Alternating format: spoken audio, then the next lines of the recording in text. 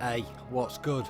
I'm Kinell, and this is Sinister Cinema, where we get deep into the guts of classics and new releases from horror and exploitation cinema and television. Be sure to follow us up on the socials. That is Sinister_Cinema on your Twitter and Sinister.Cinema on your Insta. That's right. And be sure, and you can also follow up my personal Twitter, which is where I do most of my posting anyway. That's at COLAK on your Twitter, at Colac. Follow that. Follow it. Yeah, I am back once again for another little check-in on AMC Shudder's Creepshow series, and we've hit the halfway point. It is episode 4, Pipe Screams and Within the Walls of Madness. I gotta say, I'm loving having these every week. See, I'm working from home at the minute, and they're nice little 45-minute episodes, 2 20-odd minute episodes each. And that's absolutely ideal for me. I'm loving it because I can just what should we call it? I'm there working, clock into lunch break, spin the chair around, and watch some horror content in time to check back in and get back to my job. So that's brilliant for a start off. But yeah, let's get into the episode. 2 stories this week: Pipe Screams and Within the Walls of Madness. Now, the first one, Pipe Screams, has got Joe Lynch back directing, and we got Barbara Crampton in this one, genre legend. Big fan of Barbara, as most people are. She's a bit of a legend in in the circles that are into the kind of stuff I cover on here. And she's playing a corrupt slumlord, harking back to Pesticide earlier, and she's dealing with this plumber, and this shitty building that she's overcharging working class people for rent for. There's something wrong with the pipes. She's never getting them fixed. So she gets this plumber out, and he's like, "Hey, I can't fix these. These are lead pipes. You're not even allowed to have these in." But she kind of ends up blackmailing him because the plumber's brother has not been running the business too well. There's been a lot of complaints, so they're having trouble getting work. And so in a lot of ways, that's kind of a similar setup to the Pesticide story earlier in the series. But whereas that dude was just motivated by money, this guy's kind of forced into the situation. And whereas the evil slumlord in that was he was a bit more of a, Mephistopheles character. Barbara Crampton is just a straight up slumlord, and she's doing great in the role. She's fucking hamming it up as a proper evil bastard, and I fucking love her for it. Like, you know, I've said a few times, like, I feel that like season 2 is where Creepshow's really coming into its own. Like the first season, it felt like they were doing a bad Tales from the Crypt. Now it feels like they're doing a good Creepshow, and this self-contained story is a brilliant example of what they should be doing. Like, I mean, obviously, like, it is quite a low-budget series, but that Joe Lynch really does a good job of keeping within the restrictions. As this plumber gets into the building, finds out there's something up, and there is a monster involved, and this monster involves fucking consists of hair, fucking that's been stuck in the pipes over years, which, Christ, I hate pulling hair out of drains. It is fucking minging. So the idea that it would become sentient and start attacking people, well, that's a bit of a fucking thing. Honestly, someone must have been pulling hair out of their drain and thought, you know what, this actually constitutes a horror story. And it does. So yeah, that's the guy who plays the plumber. I'll just check who he is now, because I didn't check before I started. Eric Edelstein from The Green Room. Yeah, he does a pretty good job and all.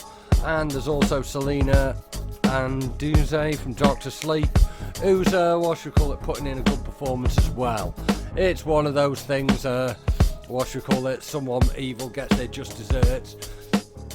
That's the kind of thing we like from these stories, and the fucking monster is fucking brilliant. Short, does what it needs to, and does it well.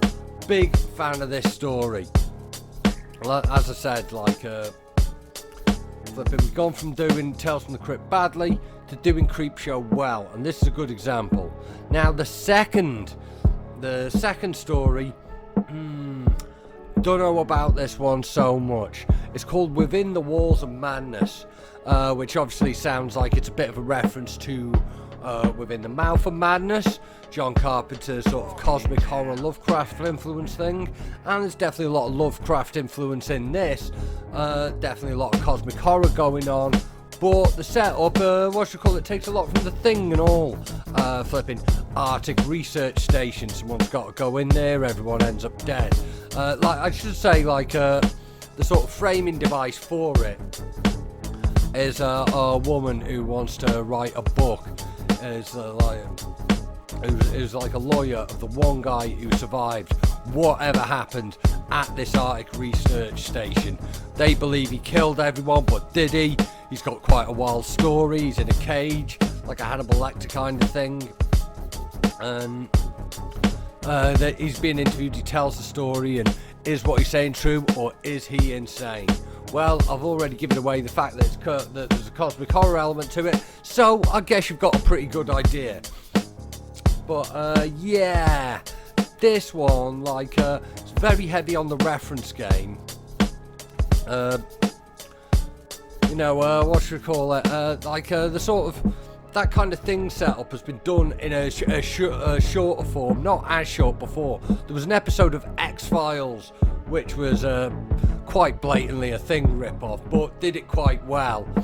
And this tries to do that in the first 10 minutes of a 15-minute story. They haven't really given themselves enough time to set up any characters or anything like that. I should say there was also a bit, I think I noticed an X-Files reference in the Barbara Crampton story and all, because her character was named Mrs. Smoot, which is Toombs backwards, and Eugene Victor Toombs was an X-Files fella who was very much into crawling around pipes and stuff, much like in Pipe Dreams. But this one, so yeah, I think they try and do a lot and they haven't really got the space to do it in, and as it sort of escalates to more cosmic horror, it relies on CGI that doesn't quite have the charm, because obviously the seams are showing, but in other things, if we look at the Right Snuff last week, in that the fucking monster in it looked very silly because of the Twilight Zone nature of it.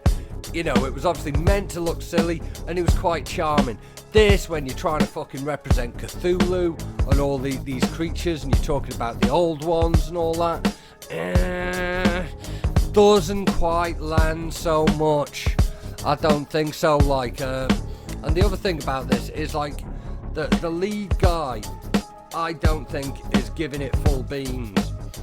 I'm not expecting a fucking realistic performance of it.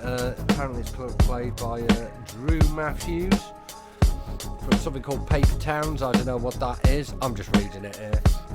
But yeah, if you're gonna have a character that's fucking seen some cosmic horror shit and he's in a lunatic asylum, he needs to be going off his head. Sam Neill smashed that shit in the Mouth of Madness.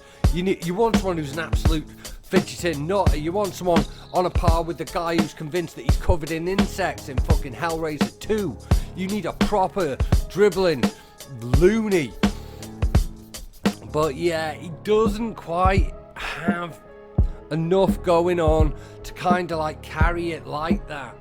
And I think it would have landed a bit better if he was just a bit more just off his head, driven insane by the old ones. Like I say, very Lovecraft influence.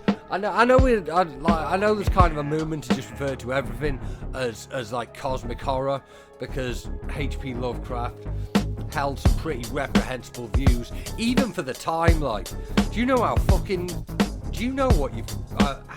racist you've got to be for other white people to think you're racist in the 1920s? Racist, mate. And he had some very weird views in general. So people don't want to be referencing Lovecraftian horror anymore. They'd rather just call it cosmic horror, which is what it is, and it's not inaccurate. But with the Cthulhu mythos is thoroughly running like all the way through this, so I don't think we can avoid it here. So yeah, if you're trying to combine In the Mouth of Madness with The Thing and the entire Cthulhu mythos in the space of 20 minutes, you really need a fucking like... See, like, we barely got introduced to any characters before they got killed, so you don't really get to do the whole flipping thing, what should we call it, paranoia thing, paranoia, like who can be trusted and who can't thing in like 10 minutes. You just can't. And yeah, this one, like, I think you could... It'd be a tough one because, like, you know, on one hand, it could be better if they made it a longer story. But if they did make it a longer story, when it's taking so much from other sources, you'd have to do something else to make it less generic. So this one, I don't know, I've got to say, probably like my least favourite story of the ones so far. But of this week's episodes, Pipe Dreams, probably my favourite. Fucking, like, Barbara Crampton knows what you do with a role like this. She isn't being subtle. She is just a proper, like, super evil, horrible, capitalist, evil landlord who doesn't give a fuck about her tenants. Fucking, like, that's what you need, man. If it's going to be campy, if it's going to be cheesy, if we're going to play up to these kind of things, then subtlety doesn't really need to be there. My man's just trying